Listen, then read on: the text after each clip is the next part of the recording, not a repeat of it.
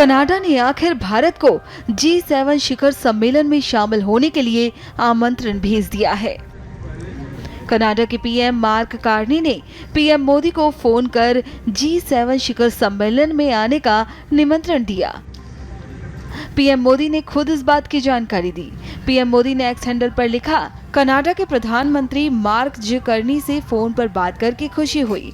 हाल ही में हुए चुनाव में उनकी जीत पर उन्हें बधाई दी और इस महीने के अंत में कनान्स्किस में होने वाले G7 शिखर सम्मेलन में आमंत्रित करने के लिए उन्हें धन्यवाद दिया।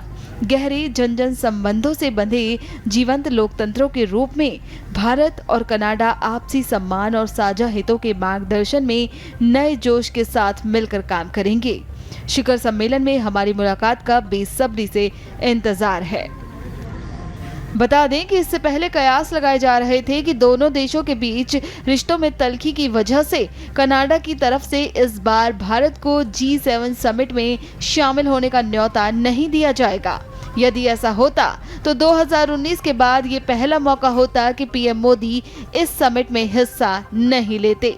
देखिए, G7 की समिट में ऑब्वियसली भारत को इनवाइट तो होना ही था और भारत को पार्टिसिपेट करना ही था और करना ही है। परंतु पिछले कुछ दिनों में जो कुछ बातें चल रही थी कि इनवाइट नहीं करा कनाडा में, मेरे ख्याल से हमें यह समझना चाहिए कि हर चीज हर वक्त सरकारें नहीं बताती। भारत के पास इनवाइट आ रखा था, होगा, पर हम भी तो डिले कर सकते हैं उसको ऑफिशियली कंफर्म करना, ताकि कनाडा को ज्यादा मेहनत करनी पड़े हमें इनवाइट करने को। तो आप देखिए, जो फोन कॉल थी वो phone call Carney Canadian prime minister ने की प्राइम मिनिस्टर मोदी को, और तब भारत ने कंफर्म करा।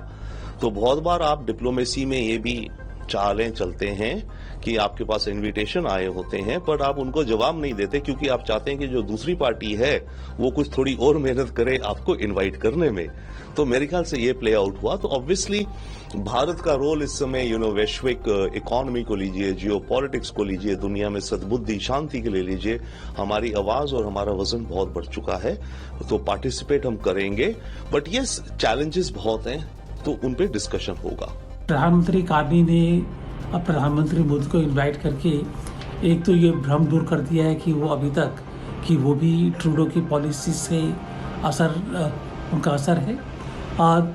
अच्छी चीज़ ये है क्योंकि प्रधानमंत्री मोदी भारत की बात करूँ तो भारत जो है G7 की समिट में, जहाँ तक मेरे को याद आता, काफ़ी सालों से ये पार्टिसिपेट करता आ रहा है।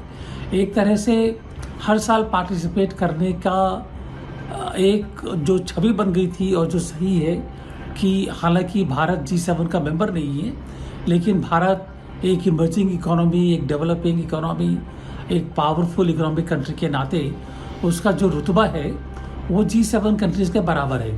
तो एक तो अगर इस बार ब्रेक हो जाता तो मैसेज गलत जाता लोग पूरे संसार में।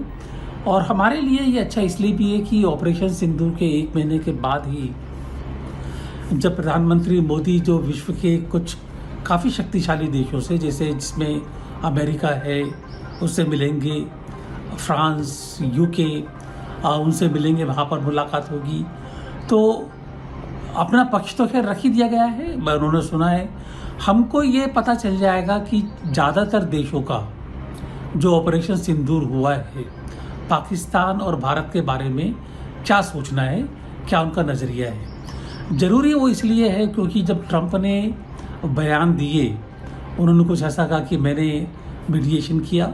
वो इतनी सही है गलत है वो मेरी नज़र में वो ठीक है, लेकिन सबसे अहम चीज़ ये है कि उन्होंने भारत और पाकिस्तान को एक ही कटघरे में लाकर खड़ा कर दिया, बराबरी का दर्जा दिया। जबकि हम जानते हैं कि दोष किसका है। हम जानते हैं कि अगर आर्थिक दृष्टि से देखा जाए कौन ज़्यादा ताकतवर है, अगर पॉलिटिकली स्ट्रेटेजिकली देखा जाए तो कौन बड़ा है, सबको मालूम है ये। तो कहीं ना कहीं ट्रंप साहब का भारत और पाकिस्तान को बराबर लाके खड़े करना एक बहुत गलत उन्होंने मैसेज दिया ये। तो मेरा ख्याल है अब ये G7 समिट में जब विश्व नेताओं से बात होगी तो इस मैसेज को सही करने का एक अवसर मिलेगा और हमें भी समझने का अवसर मिलेगा कि विश्व के देश इसके बारे में क्या सोचते हैं। बहुत जरूरी है।